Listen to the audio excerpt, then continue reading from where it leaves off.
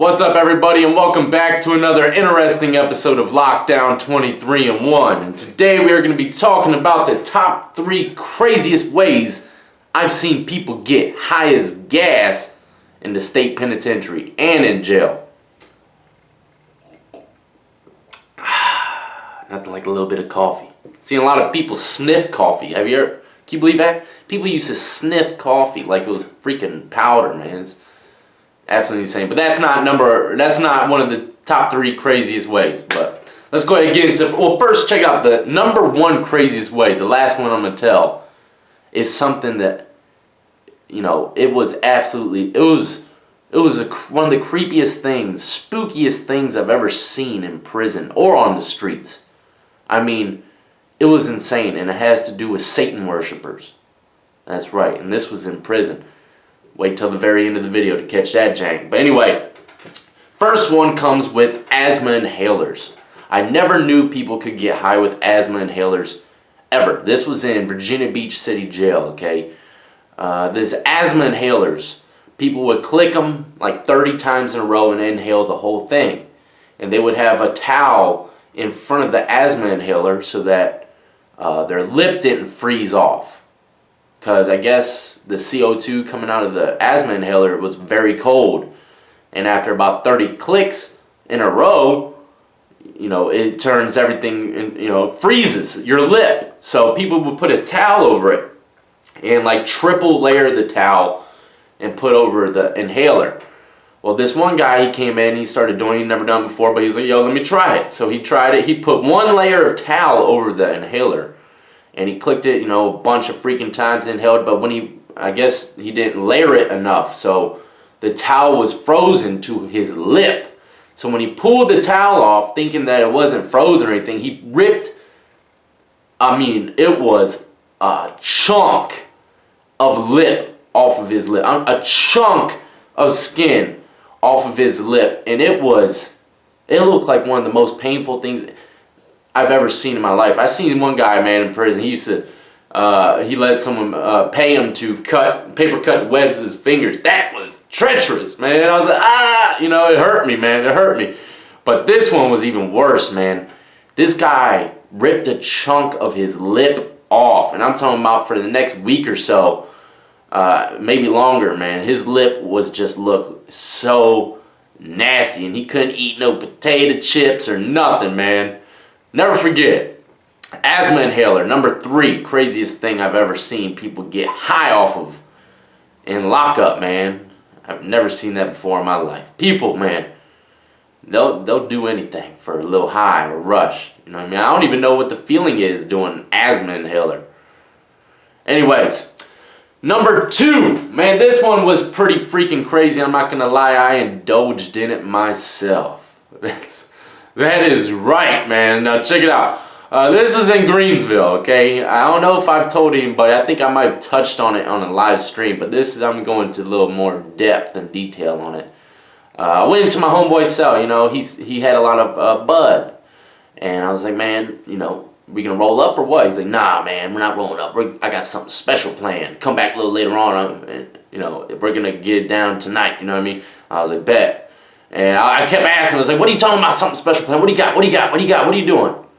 And he wouldn't tell me. So finally, nighttime came around. I rolled up over there. He had the music playing. Me and 2 of my other friends walked up in there. So we got in the cell. We all were sitting down. He had like 2 chairs that were made out of books, stacked books with a little blanket on top. Both of the stacks of books. So it was like 2 chairs, and someone sat on the bunk. It was a pretty nice little hut. You know what I mean? Pretty nice little cell, dude. Was state struck, man. He's been there for a long time. He had all kinds of little gadgets and stuff all in his cell, man. It was one of those cells that you're like, man, it's almost like you're at home for real. You know what I mean? Radios, boom boxes, TVs, electronics everywhere, crazy stuff. Little altered fans blowing around all throughout the cell. It's like a little greenhouse. But anyway, this dude was very creative, man. So anyway, he pulls out a bong. A freaking bong in prison. I said, ooh, let me see that chain.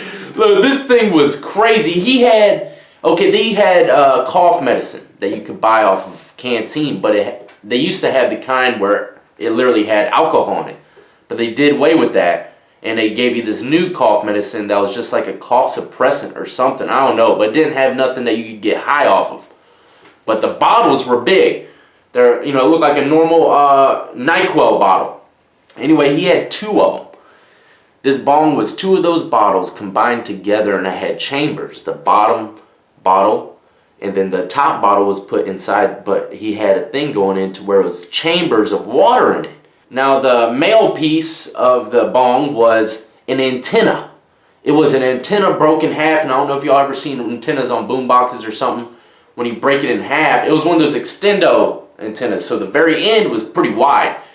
And it was broken in half. He took all of it out, and that was the male piece to the bong. And what he put at the very end of it to put the weed in was a metal piece to a number 2 pencil, like that wraps around an eraser. You know what I mean? And that was it. It was a little miniature bong, man. I couldn't believe it, and that thing hit like a beast. I was like, man, the things these people can make, man, I'll tell you what, inmates, that's all they got is time. That's all they have is time, and they are genius. I'll tell you what, it is absolutely insane. When I saw that thing, man, I was like, man, you outdid yourself this time, my friend.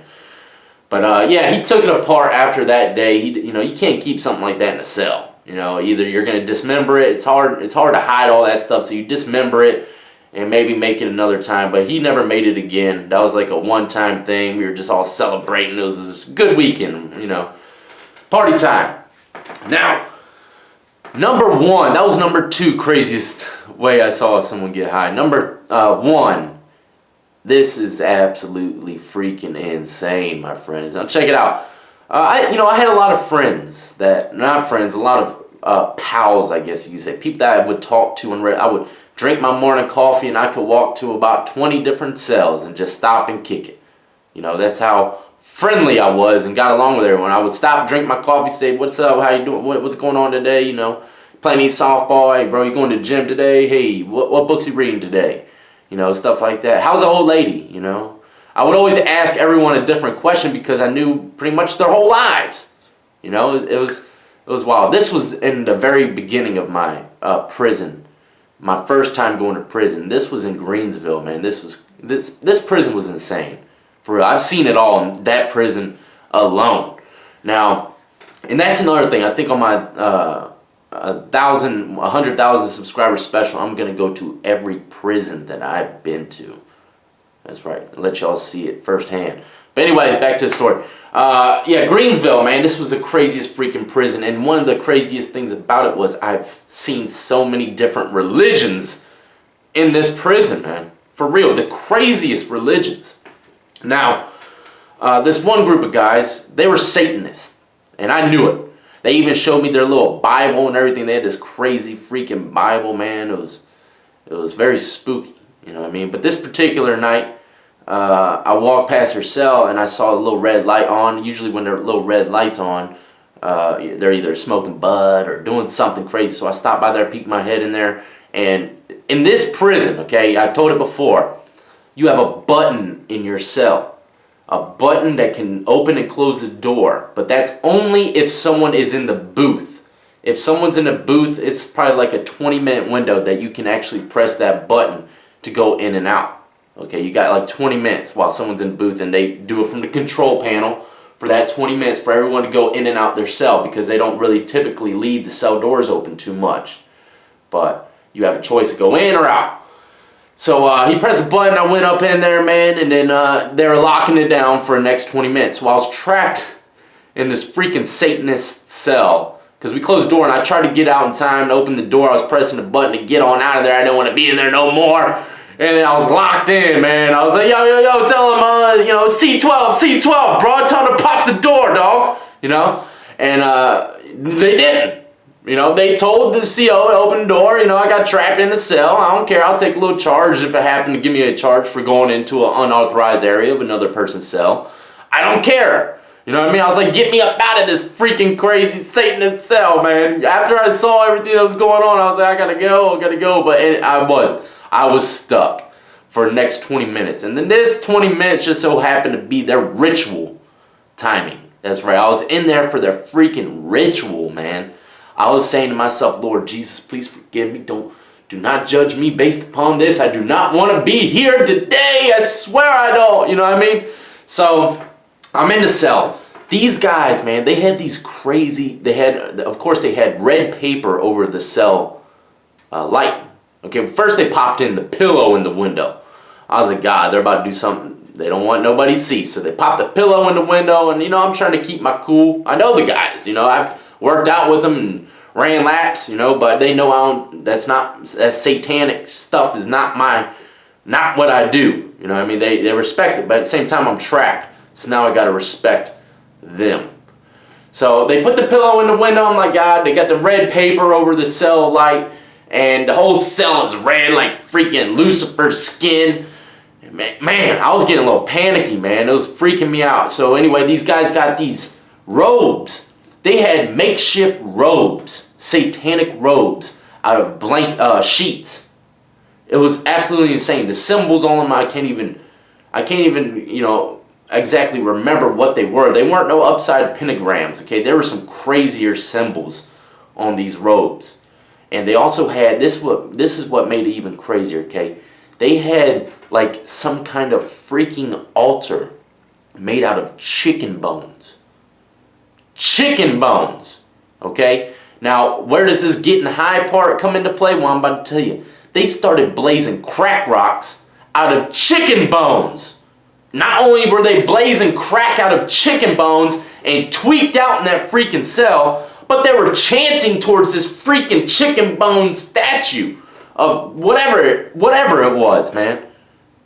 I was losing my freaking mind. I didn't know what to say, what to do. I said, I was playing around at the very end. I was like, man, they got to get me up out of here, bro. I was playing around with them, and they didn't laugh at all. They didn't laugh. They're tweaked out on crack. They were freaking, hey, I'll never forget that experience as long as I live, man. Satanic people were absolutely insane, And they have this crazy belief system. I can't really remember what they said.